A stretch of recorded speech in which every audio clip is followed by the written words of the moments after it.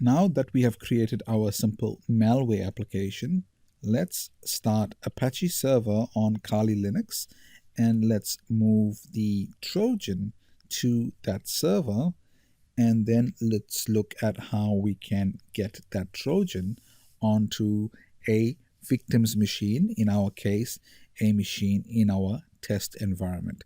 So the first step would be to then load up Kali Linux. So to do that, I will open up Kali Linux, and I won't go through too much about how to get this onto the server, but I'll just show you how I do it. So let's start Kali Linux. It may take a short while to load up. Just wait for it to all open. And remember, what we're doing here is we want to start the Apache server on Kali Linux. We then want to move the malware application that we created to this Apache server. And we then want the victim's machine to download the game with the malware attached to the game. And we then want to look at how we can then take control or be able to monitor what's actually happening on that victim machine. So let's go in and wait for Kali Linux to load up. Once that has loaded, I will log in with the root username and password. Once we are logged in, we then want to check if the Apache server is running, and I'll show you exactly how we do that in a short while. So here we are logged into Kali Linux. We then want to go in and check whether Apache is installed and whether it's actually running. Let's go to the command prompt, the terminal window, and here I just want to get the IP address. So ifconfig shows that this IP address is 192.168.56.102. That will be important shortly, but let's go on and check for the Apache server and the state that it is in currently. To do that, we need the ps command, ps minus EAF. So I'll type that in now, and then we'll go on to see whether Apache is running. So ps minus EAF, we then type in grep, GREP, and we type in Apache to look at the process status. Now to see the running of the actual Apache server, we type in /etc, and we want to then start the Apache init.d/apache2, and let's check the status. We see that it says inactive here, which means it is not running. To get that to a running state, we type in the same command /etc/init, but at the end of this line we put in start. Once we have done that, the Apache server will start. It will go through and tell us that the Apache service has started. As you will note here, Apache server is running as indicated in green, and these are the process IDs allocated to the Apache server.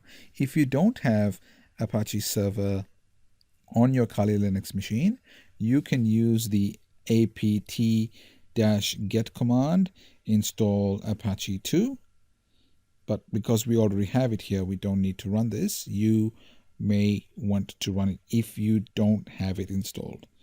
Now let's move on to create a username and password to access the Apache web server. So we want to go into the vim/etc Apache 2, and let's have a look at what's available here. You will note that we can look at the Apache 2 conf file, and in the conf file we want to check if the home directory is located. I'm just looking for that home directory now, so we know how to access that shortly. Here we are, var/www. I will quit the editor and let me go to see what confs are enabled. So I type in conf-enabled to see what is enabled. and I then want to go to the actual path, so cd to the particular, var/www, and here we see the file names. I want to make a directory called games. That is where we will store our snow game. So let's call this games, and I then see the folder is there. I then want to go to that folder and see what's available. Obviously nothing in there right now.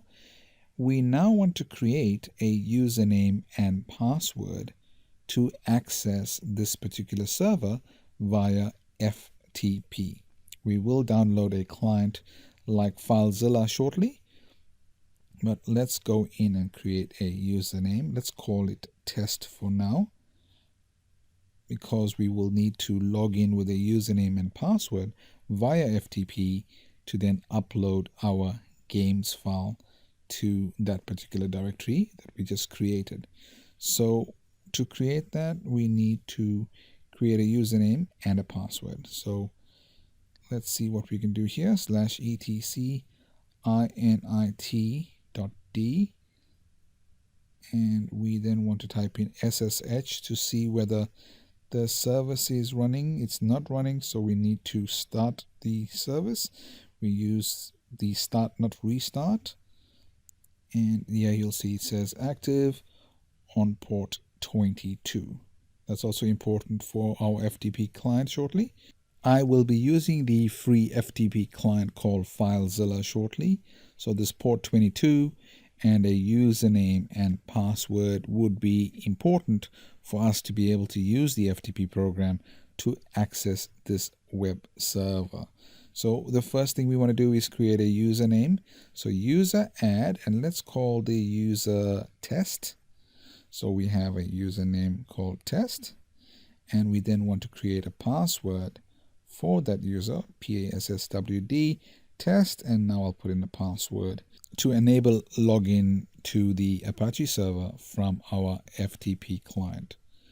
Now we have created a username, we know the password, we have the port number. The next step would be to note down the IP address 192.168.56.102, as we'll need to add that to our file FTP client as well. So we want to go and download a program called FileZilla. This is the version that will be available for Windows XP. So let me download that, because we want to install it on our Windows XP machine to move that file that we created on that Windows XP machine to our Apache server. So let's run this, go through the installation, and once that has been done, we'll then be able to log in to the Apache server with that username, password, IP address, and port number.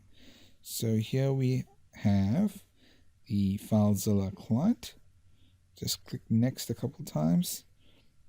I need to put in the IP address 192.168. Oh, unfortunately, this machine is not on the same network. So let me go in here and change this to host only adapter, which then will allow us to reset and renew our IP address. So to do that, we type in ipconfig again, and we see that ipconfig/renew all, and that doesn't seem to be working. So I'll type in ipconfig/renew. Now this should give us a new IP address on the same network as the Apache server. Once it has given us a new IP address, I'll then be able to log in to that IP address that we had set up earlier on the Kali Linux machine to allow us to move this file to that particular machine.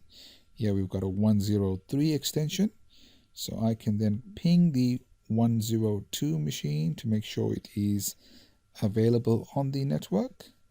And here we see the ping is working, So we can go back to our FTP client 192.168.56.102.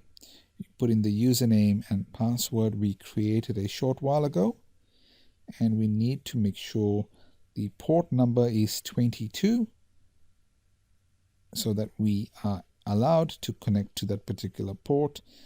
And let's have a look if this works. I just need to click OK here, and that will allow me to go through. Always trust this particular connection. As we can see here, we are in the Apache server. I need to find that directory that we just created. Let's go back to the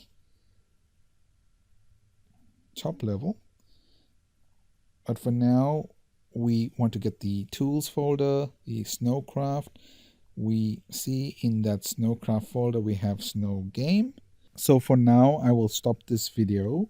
We have found the file that we need to FTP to our web server. In the next video, I'll start moving that file to the appropriate folder on the server.